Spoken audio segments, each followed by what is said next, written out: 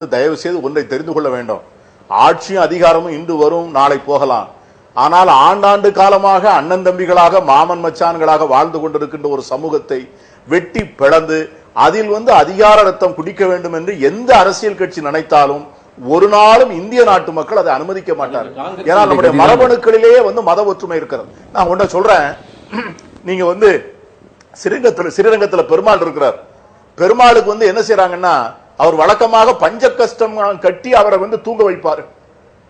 ஆனால் வருடத்திலே ஒரு நாள் அவரை லுங்கி கட்டி தூங்க வைக்கிறார்கள். ஏனென்று சொன்னால் அவர் துலுக்க நாச்சியாரை பார்க்க போகிறார். அழகர் கள்ளர் கோயில் கள்ளழகர் வைகையில் இறங்குகிறார். இறங்குகின்ற போது ஒரு நாள் எங்க போகிறார்? தன்னுடைய துலுக்க நாச்சியாரை சந்திக்க போகிறார். சபரிமலைக்கு ஐயப்ப பக்தர்கள் போகிறார்கள்.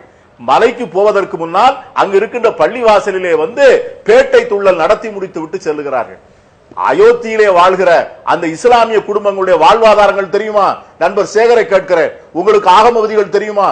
அந்த ராமருக்கு என்ன உடை உடுத்துவது, சுக்ரீவனுக்கு என்ன உடை உடுத்துவது, அனுமனுக்கு என்ன கதரை ஆடை தைப்பது என்பது அங்கே உள்ள இஸ்லாமிய மக்களுக்கு தான் தெரியும்.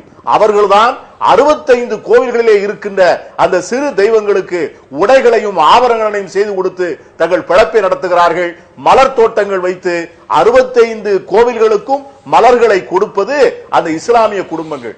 இப்படிப்பட்ட சூழ்நிலையிலே வாழ்கின்ற இந்த தேசத்தை நீங்கள் பாழ்படுத்தி இதை பிளவுபடுத்தி இதை இன்னும் அரசியலாக்கி இன்னும் எத்தனை ஆயிரம் மனித உயிர்களை குடிக்க காத்திருக்கிறீர்கள் என்பதை நீங்கள் தயவு செய்து சிந்தித்து பாருங்கள். மோடி பிரதமராகலாம், இன்னும் 1000 பேர் பிரதமராகலாம். இந்த தேசத்தின் ஆன்மா யாருக்காகவும் மறிக்காது. மதச்சார்பற்ற அரசியலை எங்களை போன்றவர்கள் எங்களை உயிரை கொடுத்தும் கூட அதை காப்பாற்றிய தீர்வோம் என்கிற உறுதிதான் இந்த வாதத்தின் மூலம் நான் சொல்ல